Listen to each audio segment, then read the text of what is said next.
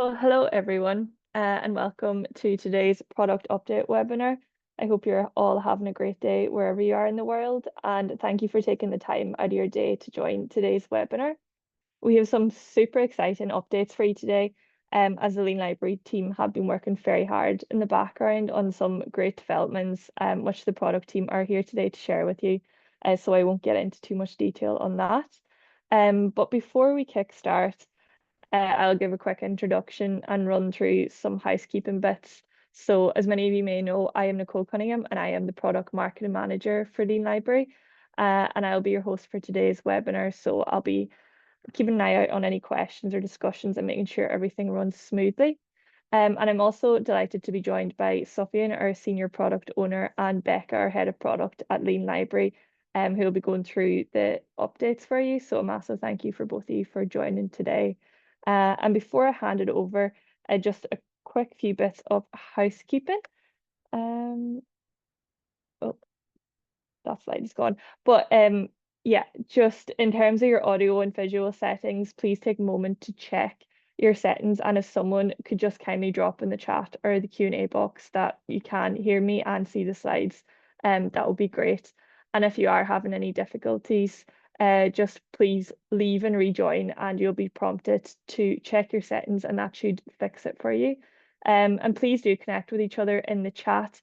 Mostly everyone here today is Lean Library customers, so be sure to share some tips and tricks or so on, and just please get the chat going because it's always lovely to see the community coming together.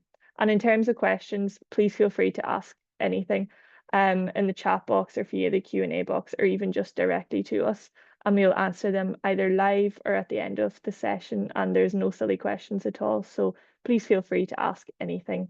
And just a heads up, today's webinar is being recorded and I will share it with you afterwards or in the coming days via email to share with your colleagues or to watch back. So I think that is all from me. So without further ado, I'll hand it over to Becca. Hi everyone. It's so nice to see so many familiar names in the attendees box. So welcome everyone. So I'm just going to kick things off with a couple of relatively recent developments and coming soon items to get excited about, and then I'll be handing over to Saf for the rest. I'm going to start, as you can see, with a quick recap and update for you all on Lean Library Workspace, which, as many of you will know, launched in April this year. As a quick recap, this brought a comprehensive reference management system directly into the Lean Library ecosystem. And if you've already enabled Lean Library Workspace at your institution, your users will now be able to save references with a single click, highlight and annotate PDFs, all from within the Lean Library extension. And then within the Lean Library Workspace ecosystem as a whole, users can collaborate on shared projects, access their sort of reference library directly within the environment that they're writing their research with our rebranded, Lean Library Workspace rebranded Google and Word add-ins. And since launch, we've been listening very carefully to user feedback, and I want to share what's coming based on what we've been learning from our users of Lean Library Workspace. So we recently conducted some very in-depth user interviews to understand how research and reference management workflows are evolving. What we heard was quite clear, which is that users need even more streamlined integrations between sort of discovering content and organizing it for their work. So based on this feedback, we're making continuous improvements to key user flows. So we're streamlining the whole sort of Lean Library Workspace experience, trying to reduce clicks, making actions even more intuitive, and ensuring that the transition from finding an article to having it properly saved and organized is as smooth as possible. Our next feature release, which many users have been asking for, is allowing the ability to tag references directly from within the extension. This is something that users can do within the Lean Library Workspace website, like the main sort of reference management tool. But having it within the extension means that your users, if they're using Lean Library Workspace, once they've saved an article, they can immediately categorize it for their project without breaking their research workflow. So there's no need for them to switch contexts or remember to organize it later. It all happens within the moment of discovery at point of need, which is what we're all about. And these are improvements. These improvements are sort of all based around, as I said, reducing friction in the research process to maximize research output and reduce student overwhelm. And this is because we know that your users are juggling multiple projects, working under deadlines, and they need tools to work with their natural workflows and not against them. So that is why we've been heavily refining Lean Library Workspace as a new offering since we launched it in April. And we've got lots of exciting things planned for Lean Library Workspace as well, which we'll talk about, I'm sure, at a later date. But if we could go on to the next slide, Nicole, I'm going to talk about something else that we've got coming, which is really exciting. And this is our Research Integrity Badge feature, which for us represents a step forward in helping your students and researchers to evaluate sources during their research workflow.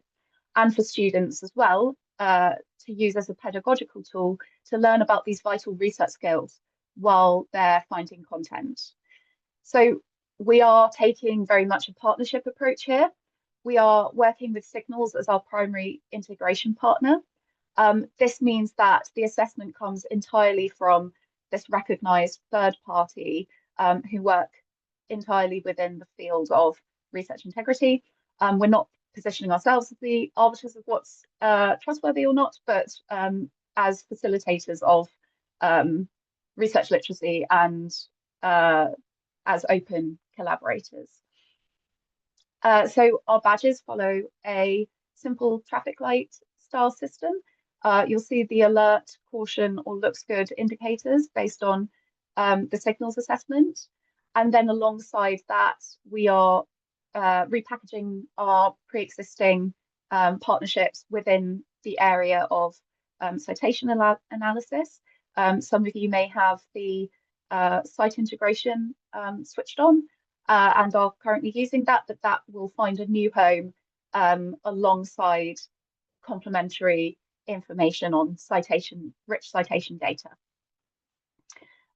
So when users click on the badge, they'll get a detailed modal showing the data from our integration partners. And this brings in new data points on retractions, retracted citations, self-citations, information around author affiliations and ORCID. So like lots of really rich citation data there. And what's particularly powerful is that this extends your library's reach and guidance beyond your own sort of environment. These badges will appear right where your users are working, on Google Scholar search results, in PubMed, in Wikipedia references, and directly on publisher sites as well. And crucially, you as the library will be able to maintain complete control over what you do and don't decide to show. You can decide how and whether to enable these integrations, how to present the information, and to allow sort of customization for this sort of like educational tool that aligns with your institution's approach to research literacy. And we see this as helping build sort of critical evaluation skills rather than simply filtering content. It's about empowering informed decisions and probing more into the source materials that your users are using. I'll be happy to delve a bit deeper, answer questions about this when we reach the Q&A. But much of what you see here in these visuals leads really nicely into the other developments which we're working on through a sort of unified design system. So I'm going to hand over to Saf to talk about those now.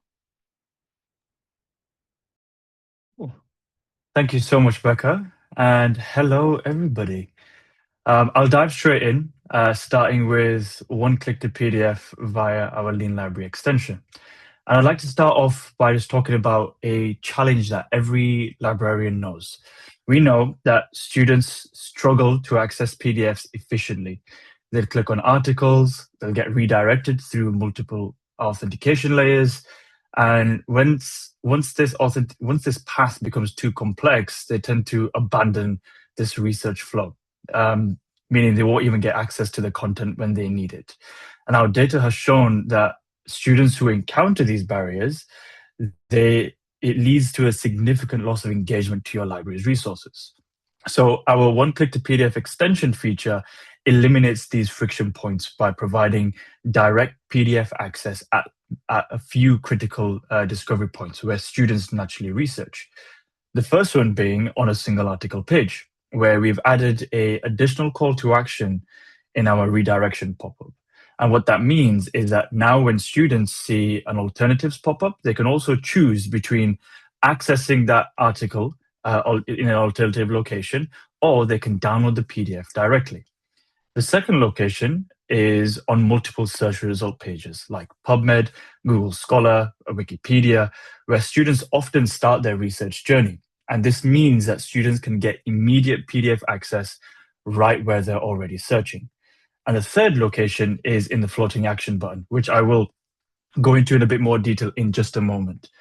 But this isn't just about a simple download PDF button. What we're doing here is leveraging our integration with GetFTR, which covers millions of articles, and it means that students can get comprehensive coverage across different disciplines.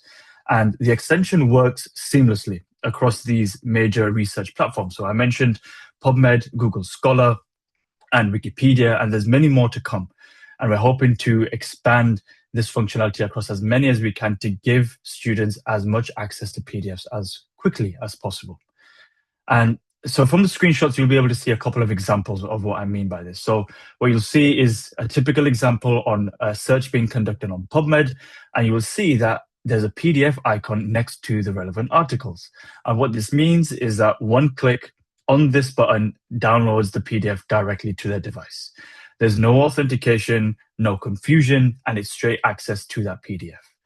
On another provider, on Google Scholar, where they would be searching for their different papers, for example, for their thesis, the Lean Library PDF button appears right in their search results.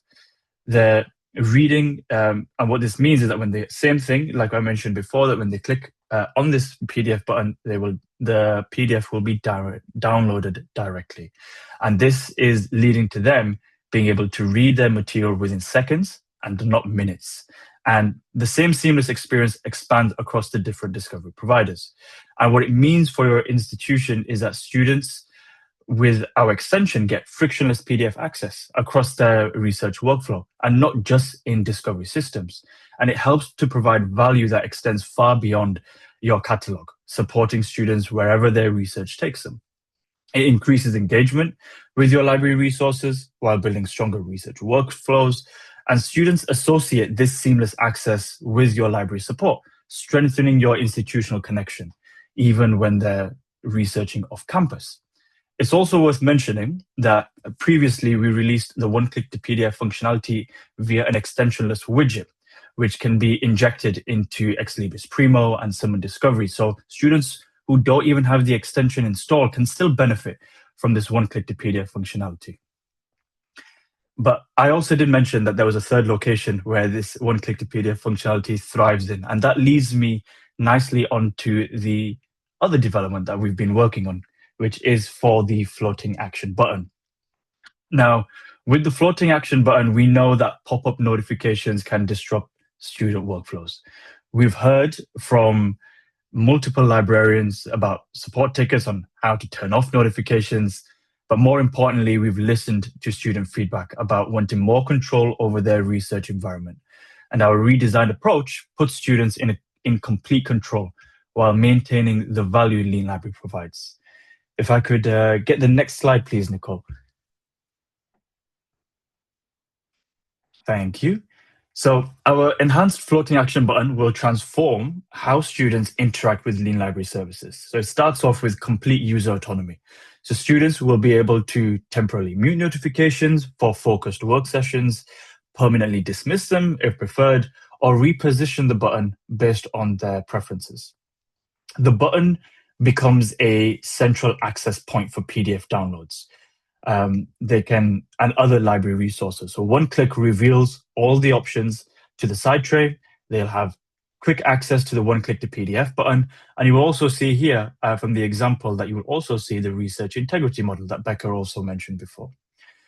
Following our Q4 launch, when we plan to release these features, the next phase of this will consolidate pop-up notifications directly into the floating action button, creating an even cleaner research experience.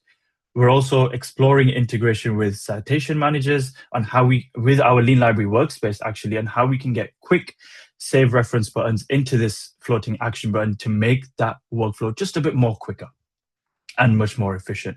And what this does is it creates the floating action button itself. It creates the foundation to make a much more streamlined experience for our users.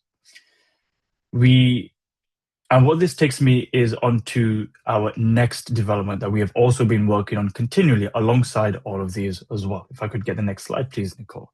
And that leads me onto accessibility. Now, we are pleased to announce significant accessibility improvements for Lean Library, reinforcing our commitment to ensuring all users can effectively navigate and utilize our tools. So following continuous and comprehensive testing against WCAG standards, we've resolved accessibility functions, including proper labeling for screen reader compatibility, improved keyboard navigation functionality that allows users to progress through the installation process without a mouse, and enhanced tab focus visibility for checkboxes and toggles. But additionally, we've addressed high priority issues such as ensuring email fields display appropriate placeholder text, implementing proper confirmation messages for setting changes, and optimizing our drop-down menus for floating action button positioning to make sure that they can be accessed by assistive technology. These improvements that we've made and major developments that we've also been working on side by side represent our ongoing dedication to make academic resources accessible to all members of your institution community. And going forward, we'll continue to prioritize accessibility in future updates and welcome your feedback on how we can further enhance this experience for users with diverse needs. And as Becca mentioned, if there are any questions about any of these things that I've mentioned, please feel free to throw them in the chat. But that is everything from me. Thank you so much.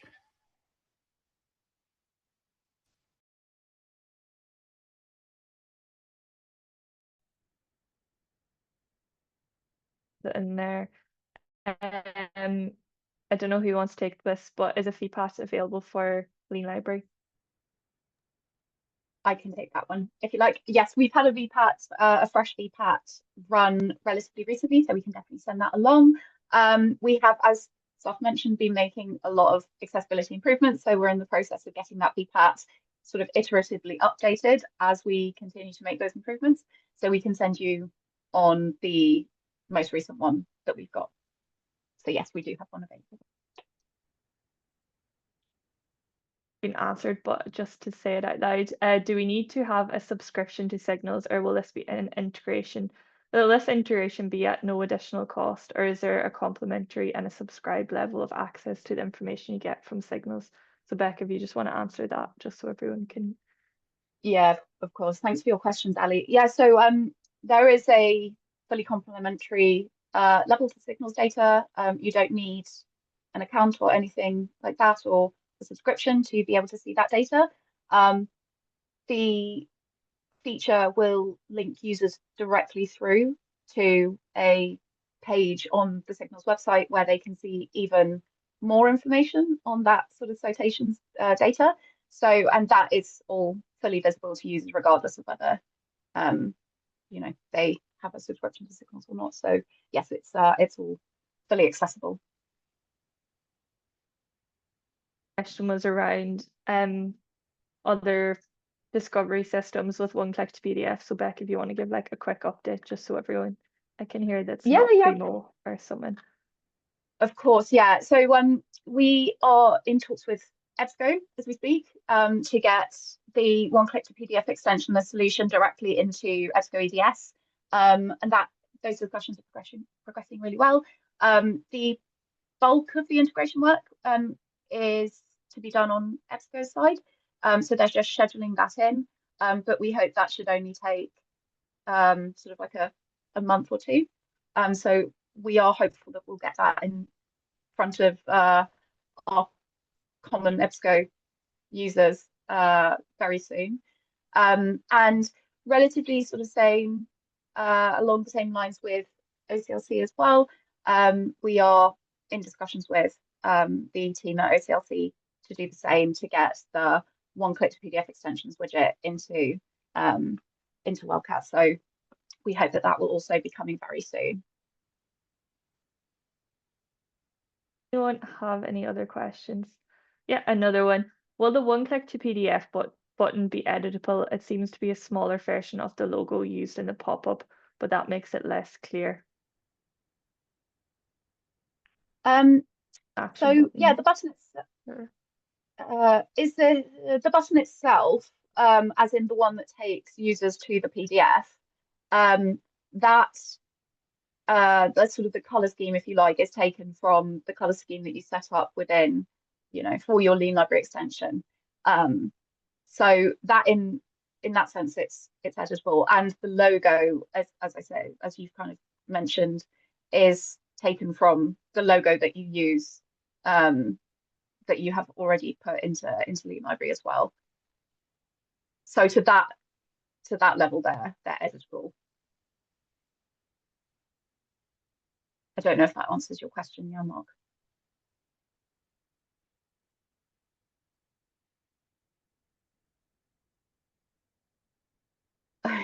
If you want to unmute yourself, do feel free if I've sort of got the wrong end of the stick or.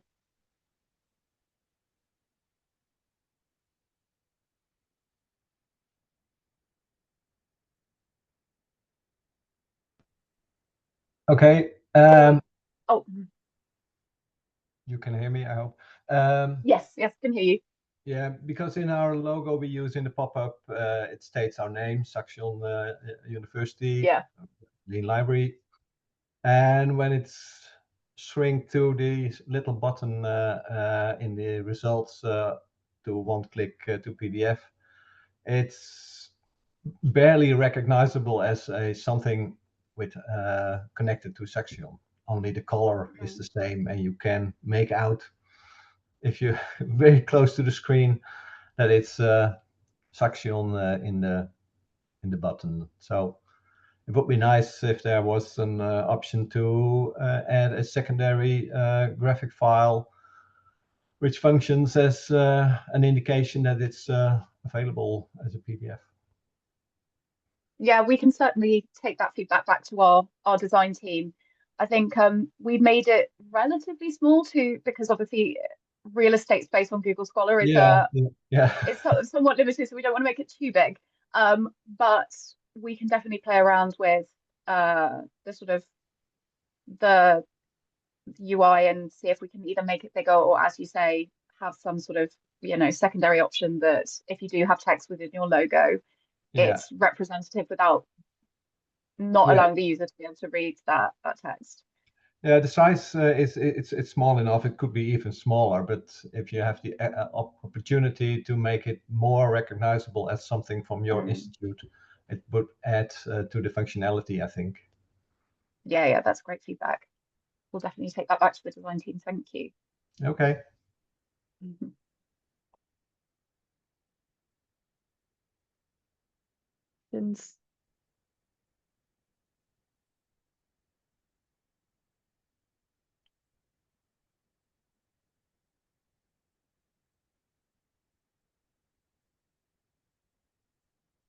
But as always, just please reach out if you have any questions and we'll be happy to help. And as I said, the recording will be sent around afterwards. And thanks so much everybody for joining today. And hopefully you took something away from it. And thanks Becca and Sofian as always. This will be our last product update webinar for the year, but in the new year, we shall see you all again. So thanks very much, everybody.